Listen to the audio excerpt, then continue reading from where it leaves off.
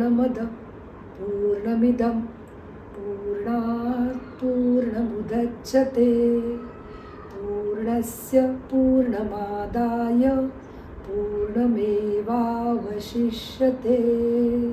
Om Shanti Shanti Shanti. Travel with चारूच्या सर्व प्रेक्षकांना जागतिक योग दिनाच्या हार्दिक शुभेच्छा. नमस्कार. सल्ला तज्ज्ञांचा फायदा स्वतःचा या मालिकेच्या दुसऱ्या भागात मी मनीषा आपटे आपल्या सगळ्यांचं स्वागत करते. आज 21 जून जागतिक योग दिन आणि याच दिवसाचं औचित्य साधून आज आपण आपल्या मनातल्या काही शंकांचं निरसन करून घ्यायला आज एक तज्ज्ञ डॉक्टर आपल्याकडे आमंत्रित केलेले आहेत. कारण आपल्या मनात प्रश्न असे अनेक असतात की आपल्या शरीराची आणि मनाची उत्तमरित्या सांगड घातली जाते का, किंवा आपल्या जीवनशैलीप्रमाणे आपला आहार आहे का, म्हणजे बॅलन्स डाएट ज्याला आपण म्हणतो ते होतंय का आपलं, किंवा मुख्य म्हणजे हल्ली व्यायाम जो कंपल्सरी आहे. आपलं एक्झर्शन तर होतंच, पण एक्सरसाइज होणं जे गरजेचं आहे ते आपलं नीट होतंय का. अनेक आपले प्रश्न असतात आणि आपण किती करावेत, एक्सरसाइज किती करावेत, कुठल्या वयाच्या लोकांनी कसे करावेत, हेही प्रश्न अनेक आपल्या मनात असतात. कारण आजकालचं आपलं जीवनच इतकं धकाधकीचं झालेलं आहे की आपल्याला थोडंसं फिजिकल स्ट्रेस तो असतोच, पण मेंटल स्ट्रेस पण आपल्याला खूप असतो. त्याच्यासाठी सुद्धा योग साधना आपल्याला करायला लागते, म्हणजे करावी खरं तर पण ती कशी करायची ते सगळं आज आपण जाणून घेणार आहोत. आणि त्यासाठी आज आपल्याकडे आलेल्या आहेत doctor Anupama Dhabadgaon. By profession doctor Anupama doctor तर आहेतच, पण ॲज अ पॅशन त्या वेलनेस कोच आणि योगा इन्स्ट्रक्टर म्हणूनही त्यांचं काम बरेच वर्ष खूप जोरात चालू आहे. तर डॉक्टर अनुपमा, आपल्या या सल्ला तज्ज्ञांचा फायदा स्वतःचा या कार्यक्रमात तुमचं खूप खूप मनापासून स्वागत. तुम्हाला जागतिक योग दिनाच्या खूप खूप शुभेच्छा. सर्व प्रेक्षकांना जागतिक योग दिनानिमित्त खूप खूप शुभेच्छा. आणि मी तुमचं मनापासून धन्यवाद करते की तुम्ही मला या मंचावर बोलायची संधी दिली. तर डॉक्टर, आता आपण आपल्या गप्पांना सुरुवात करूया. मला असं विचारायचं आहे की तुम्ही खरं बाय प्रोफेशन तुम्ही डॉक्टर आहात, पण तुम्ही योगाकडे कशा वळलात? खरं तर माझ्या स्वतःच्या काही हेल्थ इश्यूजमुळे मी योगकडे वळले. जवळजवळ 10 वर्षांआधी मी योग क्लास जॉईन केला जो माझ्या सोसायटीत व्हायचा आणि मला ते फार आवडायला लागलं. मग 3 वर्ष मी स्वतः योग शिकले आणि मग असं झालं की मी स्वतः क्लासेस घ्यायला लागले आणि आता मागच्या 7 वर्ष मी योगचे क्लासेस चालवते. आणि त्याचबरोबर तुमचं वेलनेस कोच म्हणून पण तुम्ही काम करता. हो. तर त्याबद्दल काय सांगाल तुम्ही? योग मला असं वाटतं बीइंग वेल आणि वेलनेस हे सगळं एक्सटेन्शनच आहे योगचं. योग त्याचा मी म्हणू शकते मध्यबिंदू आहे. कारण योग हे फक्त आपल्या शरीरावर नाही, आपल्या मनावर, आपल्या भावनांवर सुद्धा काम करतं, सगळ्या पातळींवर, शारीरिक, मानसिक आणि भावनिक. आपण वेलनेस बद्दल अजून जाणून घेऊयातच, कारण ते ऐकायला आणि त्याचं मार्गदर्शन आमच्या प्रेक्षकांना नक्कीच आवडेल. पण मला असं विचारायचं की योग आपण जे करू सगळ्यांनी करावा असं जे म्हणतो, तर त्याला काही वयोमर्यादा, काही लिमिट्स आहेत का? कोणी करावा, स्पेसिफिक कोणी करावा, किंवा कुठल्या प्रकारचा करावा, काय सांगू शकाल? योगला खरं तर काही वयोमर्यादा नाही. अगदी लहान मुलांपासून म्हाताऱ्यापर्यंत सगळे योग करू शकतात. फक्त योगचे प्रकार बदलतात, कारण कोणाकोणाला जसे जसं त्यांच्या शरीराची काय कपॅसिटी आहे त्या हिशोबाने योग करावा. कारण योगमध्ये खूप आरामात करणारे पण प्रकार आहेत, सगळे प्रकारची आसनं आहेत. ज्याला जसं जमेल तसं योग करावा असं मला वाटतं. आणि योग करायचा वेळ म्हणाल तर अशी काही वेळ नाही, पण शक्यतोवर आपलं दिवसाचं रुटीन सुरू करायच्या आधी जर तुम्ही योगने आपल्या दिवसाची सुरुवात केली तर तुम्ही जास्त एनर्जेटिक राहाल आणि तुम्हाला मेंटली तुम्ही स्टेबल आणि पीसफुल राहाल असं मला वाटतं. त्यानंतर डॉक्टर, एक मला असं विचारायचं आहे की आजकालच्या तरुण पिढीला कामाच्या साठीच म्हणजे 12-12 तास बसून राहायला लागतं, तर त्यांना बसल्या बसल्या काही करता येतील असे काही व्यायाम आहेत का, किंवा योगमध्ये आपण काही करू शकतो का? आजकाल computer job, specially IT job इतकं कॉमन आहे की तरुण मुलं मुली 12-12 तास कम्प्युटर समोर बसतात. माझं हे सजेशन आहे, जर शक्य असेल तर दर एका तासात तुम्ही उठावं, थोडंसं 5 मिनिटं फिरून घ्यावं, काही स्ट्रेचिंग कराव्यात. आणि तेही शक्य नसल्यास बसल्या बसल्या सुद्धा सगळ्यात इम्पॉर्टंट म्हणजे काही काही आपले अवयव जसं मान, पाठ, कणा आणि शोल्डर्स, आर्म्स हे सगळे खूप गरजेचे, जिथे सगळ्यात जास्त इफेक्ट होतो बसल्यामुळे खूप जास्त. तर तुम्ही सगळ्यात आधी तर अँकल पंपिंग करू शकता. बसल्या बसल्या तुमचे पाय असे मूव्ह करू शकता. नंतर खांद्यांचे प्रकार, मान किंवा डोकं डावी उजवीकडे वळवणं, मानेचे व्यायाम, खांद्याचे व्यायाम आणि थोडंसं ट्विस्टिंग, स्ट्रेचिंग नक्की करावं जेव्हाही तुम्हाला वेळ मिळेल आणि जसं पॉसिबल आहे. कारण सगळ्यात जास्त इफेक्ट मला असं वाटतं की कण्यावर, पाठीच्या कण्यावर, म्हणजे स्पाइन इज अफेक्टेड बॅडली. आजकाल जी लोक खूप वेळ कम्प्युटरवर बसतात, म्हणजे 12-12 तास बसून कामं करतात, त्यांना जसं मी सांगितलं की स्पाइन खूप अफेक्ट होते. तर तुम्ही बघाल की जे IT इंजिनियर्स स्पेशली, त्यांना स्पॉन्डिलायटिस हा त्रास खूप कॉमन आहे, स्लिप डिस्क होते. ह्याच्यासाठी सुद्धा स्पाइनची एक्सरसाइजेस, मग जसं मी सांगितलं की स्ट्रेचिंग करणं, ट्विस्टिंग करणं, योगासनं करणं हे फार गरजेचं आहे. सततच्या स्क्रीन यूजमुळे आजकाल डोळ्यांवर पण फार इफेक्ट होतो. तर माझं म्हणणं आहे की तुम्ही अँटी ग्लेअर कोटिंग असलेलं कम्प्युटर ग्लासेस यूज करा आणि शिवाय डोळ्यांचे व्यायाम करणं ही गरजेचं आहे. कारण सतत जी मुलं पण आजकाल ऑनलाईन क्लासेस करतात किंवा जे कम्प्युटरवर कामं करतात, त्यांनी हे प्रिकॉशन्स घेणं खूप गरजेचं आहे. खरं आहे. आजकालच्या तरुण पिढीला हे खरंच म्हणजे लक्षात घेण्यासारखं आहे आणि हे तुम्ही सांगितलेत ते अगदी सहजासहजी होण्यासारखे आहे. खरंच 1 तासाने 1-5 मिनिटं उठायला हरकत नाही किंवा हे करू शकतो आपण. बरोबर आहे. डॉक्टर, तुम्ही मगाशी म्हणलात की तुम्ही स्वतः सुद्धा आधी 3 वर्ष योगा शिकलात. आता गेले 7 वर्ष तर तुम्ही योगा शिकवता पण आहात. तर तुम्हाला असं स्पेसिफिक काही योगाचा म्हणून फायदा असं पेशंट्सना किंवा एखाद्या ह्याला व्यक्तीला असं स्पेसिफिक फायदा झालाय असं काही कधी जाणवलंय का? हो, नक्कीच. मी जसं सांगितलं की मी डॉक्टर जरी असले तरी माझ्या हेल्थ इश्यूजमुळे मी योगकडे वळले आणि माझं हे लक्षात आलं की मी सातत्याने मागचे 10 वर्ष जे योग करते त्याच्यामुळे आज मी माझं वेट मेंटेन करू शकते. माझे हॉर्मोन्स बॅलन्स्ड आहेत. माझे बोन्स, मसल हेल्थ सगळं व्यवस्थित आहे. आणि तुम्ही म्हणाल जर फायदा माझ्या योगी मैत्रिणींना जो झालाय, सगळ्यात मोठे फायदे म्हणजे 3-4 जे मला आठवतात आहे. एक तर मायग्रेनमध्ये माझे 2 असे योगी होत्या ज्यांना मायग्रेनचा फार त्रास व्हायचा. त्यांचे मायग्रेनचे एपिसोड्स कमी झाले आणि फ्रिक्वेन्सी बरोबर इंटेन्सिटी पण कमी झाली आहे. शिवाय गुडघ्यांचे त्रास कमी होणं किंवा हॉर्मोन बॅलन्स होणं आणि एक कपल जे खूप वर्षापासून प्रयत्न करत होते बाळासाठी आणि I am very happy to share की दे कुड कन्सीव्ह. मला वाटतं ती जी खूप छान. ट्रीटमेंट घेत होती ते तर सगळं काम करतंच, पण त्याचबरोबर आपले मन जेव्हा शांत असतं, जेव्हा बरोबर. आपण पॉझिटिव्ह विचार करतो, त्याचा इफेक्ट त्या योगमुळे आणि प्राणायामामुळे जास्त होतो असं मला नक्कीच. वाटतं. बरोबर आहे. खरं आहे. योगात आपोआपच शरीर आणि मन दोन्हीचं अगदी. सांधलंच जातं नक्कीच. आपोआपच. बरोबर आहे. डॉक्टर, योग म्हणलं की त्याच्याबरोबर प्राणायाम हा आलाच.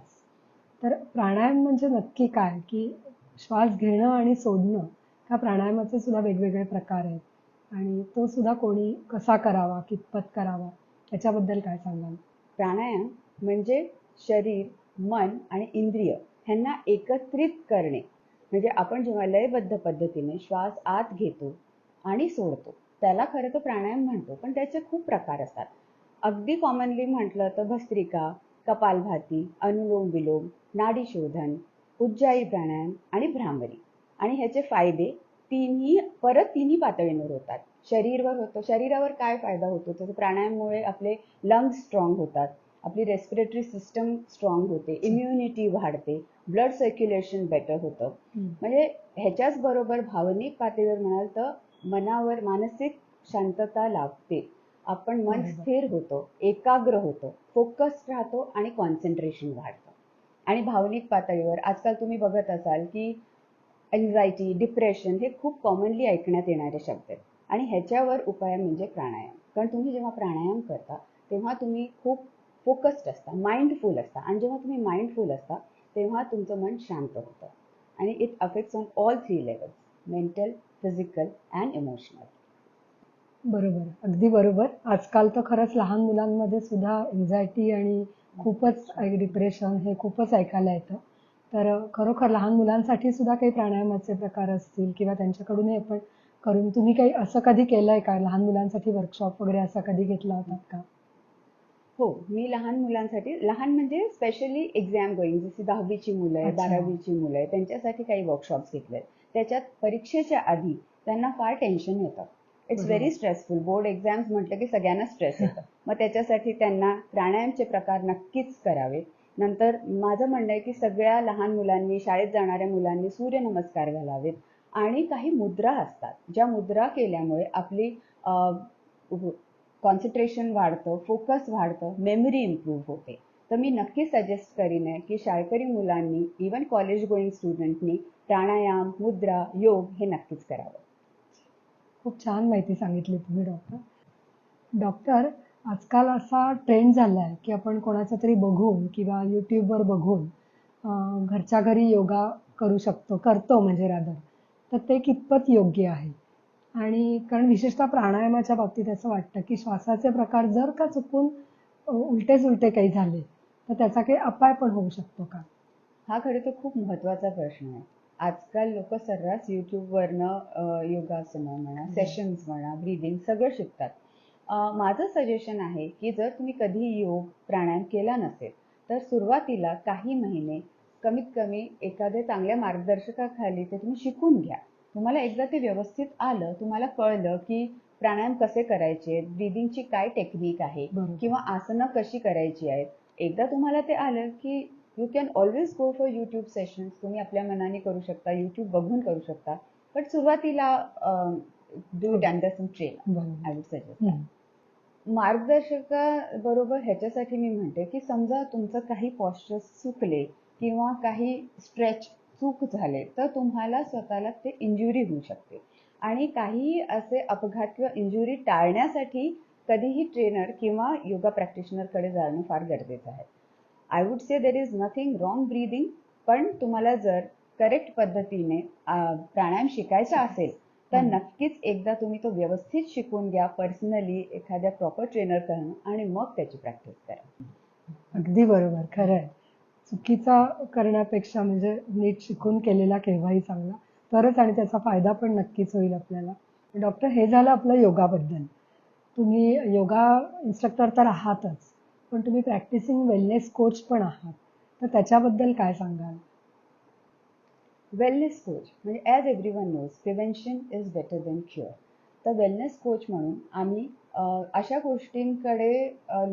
गोष्टींसाठी लोकांची मदत करतो जी आपल्या आजकालच्या लाईफस्टाईलमुळे इश्यूज झाले. म्हणजे कसं, वजन वाढणे, diabetes, hypertension, thyroid issues, PCOD, बऱ्याच गोष्टी, बऱ्याच इश्यूज आजकाल जे आपण कदाचित 60 वर्षापूर्वी आपल्या आधीच्या जनरेशनमध्ये ऐकायचो की डायबिटीज झालाय किंवा ब्लड प्रेशर झालाय. पण आजकाल ते 30s मध्ये सुद्धा यंग जनरेशनला they are facing all this issues like obesity, diabetes, hypertension, मुलींमध्ये थायरॉइड आणि PCODचं प्रमाण खूप वाढलेलं आहे. तर हे जे सगळे लाईफस्टाईल रिलेटेड इश्यूज आहेत, ते कसे रिव्हर्स करावे किंवा ते न होण्यासाठी काय काळजी घ्यावी, ह्याच्यासाठी जे गायडन्स लागतं ते आम्ही देतो. डॉक्टर, आता तुम्ही म्हणलात की तुम्ही हे सगळे डिसीजेस आपण प्रिव्हेंट करू शकतो किंवा लाईफस्टाईल डिसीजेस जे आहेत ते तुम्ही रिव्हर्स करता. तर म्हणजे नक्की काय करता? मी एक कम्युनिटी आहे ज्याचं नाव आहे स्वास्थ्य. स्वास्थ्य कम्युनिटीची मी मेंबर आहे. आणि या कम्युनिटीमध्ये आम्ही basically we work towards obesity free nation and we help people reverse their lifestyle related issues. तर आता हे आम्ही कसं करतो? Basically we follow 4 pillars. सगळ्यात इम्पॉर्टंट हे 4 पिलर्स आहेत: डाएट, एक्सरसाइज, स्ट्रेस मॅनेजमेंट आणि if at all someone has nutritional deficiency, मग ते जे न्यूट्रिशनल गॅप असतं ते फुलफिल करायचं. बरोबर. ह्या 4 गोष्टींवर आम्ही काम करतो, त्यांना गाईड करतो आणि ह्या सगळ्या गोष्टींना रिव्हर्स करायला मदत करतो. डॉक्टर, आता तुम्ही जो उल्लेख केला 4 पिलर्सचा, तर त्यातल्या डाएटबद्दल काही, म्हणजे पहिला पिलर आपण जर डाएट घेतला, तर त्याच्याबद्दल काय सांगू शकाल? डिटेलमध्ये काही सांगू शकाल का? नक्कीच. डाएट हा सगळ्यात इम्पॉर्टंट पिलर आहे. मला असं वाटतं की 70 ते 80% जे काही इश्यूज आहेत ते आपण फक्त आहाराने किंवा डाएटने रिव्हर्स करू शकतो किंवा कंट्रोल करू शकतो. तर आता सगळ्यांनाच माहित आहे की आहार म्हणजे काय. माझं म्हणणं आहे की आपले जे 5 बोट आहेत त्याच्याकडे आपण लक्ष देऊ. म्हणजे सगळ्यात घटक असतात मायक्रोन्यूट्रिएंट्स अँड मॅक्रोन्यूट्रिएंट्स. तर आता त्यापैकी या 5 पैकी पहिलं आपण घेऊ, we can call it carbohydrates, protein, fat, vitamins and minerals. तर असे हे 5 घटक आहेत. त्यापैकी प्रोटीन, फॅट अँड कार्बोहायड्रेट्स हे मॅक्रोन्यूट्रिएंट्स आहेत आणि व्हायटमिन्स आणि मिनरल्स हे मायक्रोन्यूट्रिएंट्स आहेत. तर आपला जो आहार आहे हे परिपूर्ण असावा या सगळ्या घटकांनी. म्हणजे जे आपलं मील प्लेट किंवा आपण ज्याला म्हणतो की आपलं ताट कसं दिसायला पाहिजे, त्याच्यात हे सगळे घटक असले पाहिजे. आता त्याच्यातही लोक म्हणतात आम्ही तर सगळं खातो, मग बरोबर. आम्हाला डेफिशियन्सीज का का? होतात? तर त्याचे कारण, मुख्य कारण आजकाल डेफिशियन्सीचं आहे. तुम्ही कॉन्शियस ईटर आहात, आय अंडरस्टँड दॅट, पण तुम्हाला ती घटक अन्नातनं मिळत नाहीये. त्याचं कारण काय आहे? जेनेटिकली मॉडिफाईड ग्रेन्स आपण यूज करतोय आणि पेस्टिसाइड, इन्सेक्टिसाइड, फर्टिलायझर्स ह्याच्यामुळे आपल्या मातीतले घटक किंवा जे भाज्या आणि फळं आहेत त्याच्यातले न्यूट्रिएंट्स हे सगळे नाहीसे झालेले आहेत. म्हणून आपण जरी व्यवस्थित जेवलो तरी आपल्याला डेफिशियन्सीज जाणवूच शकतात ना. बरोबर. डॉक्टर, आहाराबद्दल तर तुम्ही खूपच छान माहिती सांगितलीत. कारण खरोखर हल्ली आपलं एक तर बरेचदा वन डिश मील वगैरे होतं किंवा जरी तुम्ही म्हणलात आपण सगळं ताट पूर्ण अगदी जेवलो तरी सुद्धा त्याच्यात सगळं आपल्याला मिळतंच असं नाही. त्यामुळे आहाराबद्दल आम्हाला खरंच छान माहिती मिळाली. आता सेकंड पिलर तुम्ही काय सांगू शकाल त्यातला? Second important pillar is exercise. सगळ्यांना माहिती आहे एक्सरसाइज करायलाच पाहिजे, पण खूप लोक दे गिव्ह एक्सक्यूज की आम्ही खूप बिझी आहोत. पण मला असं वाटतं सगळ्यांनी स्वतःसाठी थोडा वेळ काढावा. खरं. एक्सरसाइज करणं खूप गरजेचं आहे, कारण बॉडीची ती गरज आहे. आता लोक इतकं सुखासुखी जीवन जगतात, गाडी हाताशी आहे, रिमोट्स हाताशी आहे, तुम्हाला उठायचं, चालायची काही गरजच पडत नाही. पण आपलं जे मानवी शरीर आहे ते exercise is must for our body असं मला वाटतं. मग तुम्ही कुठल्याही प्रकारचे अगदी साधं, you can start with walking, cycling, swimming, आणि योग तर बेस्ट आहे, तर काही प्रश्नच नाही. आणि शिवाय you can go for weight training और gym. If youngsters want to go to gym, why not? पण कुठली ना कुठली एक्सरसाइज सगळ्यांनी केलीच पाहिजे. खरंच आहे, एक्सरसाइज तर आपल्याला सगळ्यांना मस्ट करायलाच पाहिजेत आणि आपण त्याला एक्सक्यूज देतो हे अगदी खरंच, म्हणजे शक्यतो आपण टाळून बघतो, जे नाही खरं करायला पाहिजे. आता नक्कीच आपल्या डॉक्टरांनी सांगितल्याप्रमाणे आता आपण नक्कीच जोमाने एक्सरसाइजला सुरुवात करूया. आता तिसरा पिलर तुम्ही काय सांगाल त्यातला? तिसरा पिलर सध्याच्या आयुष्यात खूप महत्वाचा आहे, म्हणजे स्ट्रेस मॅनेजमेंट. होऊ शकतं की आमच्या आजी आजोबांनी किंवा कदाचित आपल्या आईवडिलांनी सुद्धा स्ट्रेस हा वर्ड ऐकला नसावा. पण आताचे जे धकाधकीचं आयुष्य आहे, fast stressful life, youngsters are busy chasing the goals. तर हे जे स्ट्रेस आहे, म्हणजे मी तर हेही बघितलंय, लहान मुलांना सुद्धा परीक्षेचं स्ट्रेस, एक्स्ट्रा करिक्युलर ऍक्टिव्हिटीजचं स्ट्रेस, सगळ्यांना लहानांपासून मोठ्यापर्यंत स्ट्रेस आहे. मग स्ट्रेस मॅनेजमेंट म्हणजे एक्झॅक्टली काय? स्ट्रेस मॅनेजमेंट म्हणजे मला असं वाटतं की सगळ्यांनी स्वतःसाठी थोडासा वेळ माझा असं म्हणून काढणं फार गरजेचं आहे. तुम्ही तुमचे छंद जोपासू शकता. Go whatever you want to do, what you like, whatever your hobbies, and you should pursue that. Second, मला असं वाटतं प्राणायाम हा खूप छान उपाय आहे. तुम्ही जर लयबद्ध पद्धतीने माइंडफुली ब्रीदिंग केलं, काही करू नका, नुसतं breathe in breathe out mindfully केलं तरी ते तुम्हाला मन खूप शांत करतं. And definitely I would suggest meditation. Meditation म्हणजे खूप लोकांना वाटतं की अरे बापरे, आता मला बसायचं आहे आणि मला फोकस करायचं आहे. असं नाही. तुम्ही फक्त एका ठिकाणी शांत बसा, मन केंद्रित करण्याचा प्रयत्न करा. मला तसं वाटतं खूप प्रयत्न करूही नाही, सहजासहजी जे होईल ते केलं पाहिजे. But yes, take some time for yourself, do some meditation, breathing exercises, and it will work wonder on your stress management. खूप छान सांगितलं डॉक्टर तुम्ही आता. कारण मेडिटेशन म्हणलं कीच आपल्याला थोडंसं धडकी भरते की नाही मला हे ध्यान जमणार आहे का काय. पण सहजासहजी असं आपण जर एकाग्र करायला बघितलं मन, तर ते होऊ शकेल आणि नक्कीच स्ट्रेस मॅनेजमेंट आपण हे करू शकतो. नक्कीच. डॉक्टर, आता 3 पिलर तर झाले, पण चौथा पिलर जो तुम्ही म्हणलात न्यूट्रिएंट्स बद्दल, तर ते तुम्ही कसं काय मॅनेज करू शकता? म्हणजे काय नक्की तुम्ही त्याच्यावर काम करता? आता मी जसं आहारामध्ये तुम्हाला सांगितलंय की आपल्याला आपल्या आहारातून सगळेच घटक मिळतात असं नाही. पण आजकाल लोकांनी खूप कॉमनली ऐकलं असेल की vitamin D deficiency, vitamin B12 deficiencies. त्यासाठी आम्ही आधी ब्लड रिपोर्ट्स करायला सांगतो की go check your levels first. जर ते डेफिशियंट असतील तर मग आम्ही सजेस्ट करतो कारण कसं आहे, लोकांना आता डी आणि बी तर माहिती आहे, पण अजूनही व्हायटमिन्स असतात, अजूनही मिनरल्स असतात, very common minerals like calcium, नंतर तुमचं मॅग्नेशियम, झिंक, सेलेनियम, हे सगळं जे आहेत मिनरल, हे आपल्या पूर्ण शरीराच्या ज्या काही क्रिया असतात त्या सुरळीत चालण्यासाठी खूप गरजेचे असतात. एकही डेफिशियन्सीमुळे खूप फरक पडतो. तर माझं म्हणणं आहे की तुम्ही रेग्युलरली ब्लड टेस्ट करत राहा. काही डेफिशियन्सीज असतील तर नक्कीच डॉक्टरांचा सल्ला घ्या. डॉक्टर, आता हे 4 पिलर्स तर झाले, तर वैयक्तिक आता तुमचा वेलनेस कोच म्हणून अनुभव कसा आहे? म्हणजे त्याच्यात वेगवेगळा काही कोणाला स्पेसिफिक असा हो अनुभव आला आहे? हो नक्कीच. आता माझे जे क्लायंट्स माझ्याकडे येतात ते मोस्टली वजन वाढवणे किंवा वजन कमी करणे, सगळ्यात जास्त वजन कमी करणे.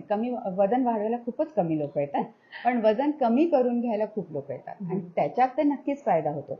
पण ह्याशिवाय मला सांगायला आवडेल की आम्ही म्हणजे मी स्वतः पर्सनली डायबिटीज रिव्हर्स केलं. रिव्हर्स म्हणजे कसं, तुम्हाला माहिती असेल की मागच्या 3-4 महिन्याची जी ॲव्हरेज शुगर असते त्याची जी टेस्ट असते त्याला HB1AC म्हणतात. आपण एक फास्टिंग पोस्ट मील शुगर करतो, पण हे HB1AC हे मी कमी आणलेलं आहे. माझी एक क्लायंट, तिचं almost she was suppose to go on insulin. डॉक्टरांनी तिला इन्सुलिन सजेस्ट केलं होतं, पण मग तिने माझा प्रोग्राम जॉईन केला आणि आता तिचं HB1AC अशा लेवलवर मेंटेन आहे की तिला इन्सुलिनची गरज नाही.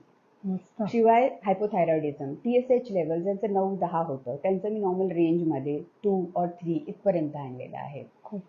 शिवाय PCOD रिव्हर्स केलेलं आहे आणि स्किन आणि हेअर फॉल ट्रीटमेंट हे सगळं मी दिलेलं आहे.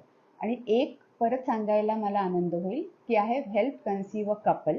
The wife was suffering from PCOD आणि after reversing her PCOD she could conceive and now they have a very happy family.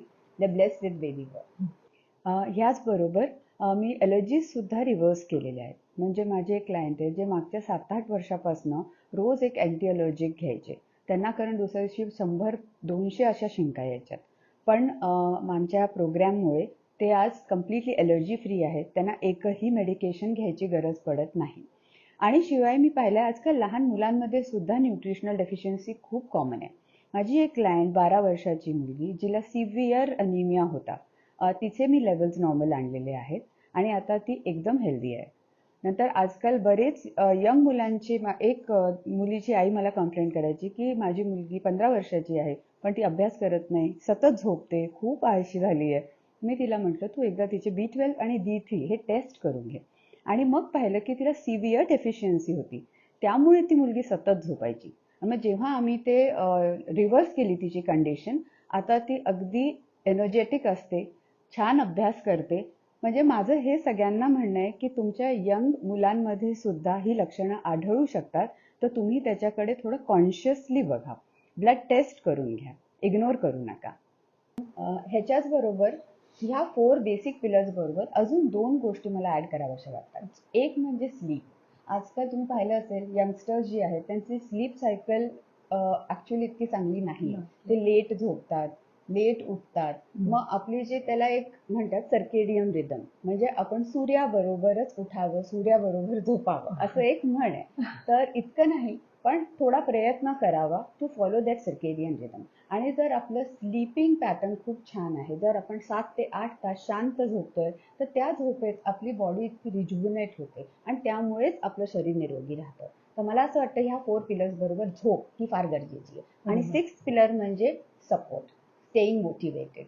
तर आम्ही कम्युनिटीमध्ये तोही सपोर्ट देतो. आम्ही आमच्या क्लायंट्सला मोटिवेटेड ठेवण्यासाठी ओपन हाऊस मीटिंग्स अरेंज करतो. तर त्या स्वास्थ्य कम्युनिटीकडनं त्यांना मोटिवेटेड राहतात. माझं सतत माझ्याबरोबर कनेक्शन असतं, 1-on-1 पर्सनल कनेक्शन असतं कोच बरोबर. तर ह्या सगळ्या गोष्टीमुळे आपण लॉंगर पिरियडसाठी मोटिवेटेड राहून आपले गोल अचीव करू शकतो. कारण खूप लोक सेल्फ मोटिवेटेड असतात, कदाचित ते कम्प्लीट करतील ही जर्नी, पण खूप लोक मध्येच सोडतात because they are not motivated. तर त्यासाठी मग तो एक 6th पिलर फार गरजेचा आहे, मोटिवेशनचा. खरंच मोटिवेशनचं तुम्ही जे म्हणालात ते अगदी खरं आहे. कारण मी माझ्याच अनुभवावरनं सांगते की गेले 5 वर्ष मी मॅडमबरोबर, डॉक्टरांबरोबर मी योगा करते आणि त्याचा मला खूप म्हणजे खूप फायदा झालेला आहे. मानसिक, शारीरिक सगळंच मेंटेन करायला मला खूप फायदा झाला. डॉक्टर, खरंच हे 4 पिलर्सच आपले इतके स्ट्रॉंग आहेत, तर हे जर आपण फॉलो केले व्यवस्थित तर आपली बिल्डिंग एक इतकी पक्की भक्कम होऊन जाईल की योगाबरोबरच आपण ह्यालाही फॉलो केलं तर आज खरोखर आपला सगळ्यांचा नक्कीच फायदा होईल. आज योग दिनाच्या निमित्ताने तुम्ही आम्हाला आणि आपल्या सगळ्या प्रेक्षकांना खूप छान माहिती दिलीत आणि या माहितीचा नक्कीच, या मार्गदर्शनाचा तुमच्या आम्हाला नक्कीच खूप छान उपयोग होईल. आम्हाला आहारात सुद्धा काही बदल करायला हवा आहे का? किंवा आमच्या जीवनशैलीत काही बदल करायला हवा आहे का? याचा नक्कीच आम्हाला तुमच्या मार्गदर्शनाचा नक्कीच फायदा होईल. आणि तुम्ही आज आमच्याकडे आलात त्याबद्दल खरंच मनापासून परत एकदा खूप खूप धन्यवाद. आणि अजून एक मला आता सांगायला नक्कीच आवडेल की डॉक्टर ज्या आहेत या माझी बेस्ट फ्रेंड तर आहेतच, पण बेस्ट मेंटॉर आणि बेस्ट वेलनेस कोच. त्यामुळे आज मी परत एकदा तुमचा मनापासून धन्यवाद देते तुम्हाला. तुम्ही या कार्यक्रमात आला आणि आम्हाला सगळ्या आमच्या प्रेक्षकांना मार्गदर्शन केलं त्याबद्दल परत एकदा मनापासून खूप खूप धन्यवाद. सगळ्या प्रेक्षकांना आणि मनीषा तुम्हाला सुद्धा सगळ्यांना खूप धन्यवाद. सगळ्यांना परत एकदा जागतिक योग दिनाच्या खूप खूप शुभेच्छा. स्वस्थ राहा, आपल्या आहाराची काळजी घ्या, आपली शरीराची आणि मनाची काळजी घ्या आणि आनंदी राहा. धन्यवाद. ॐ सर्वे भवन्तु सुखिनः, सर्वे सन्तु निरामयाः, सर्वे भद्राणि पश्यन्तु, मा कश्चित् दुःखभाग् भवेत्. ॐ असतो मा सद्गमय, तमसो मा ज्योतिर्गमय, मृत्योर्मा अमृतं गमय. ॐ शान्ति शान्ति.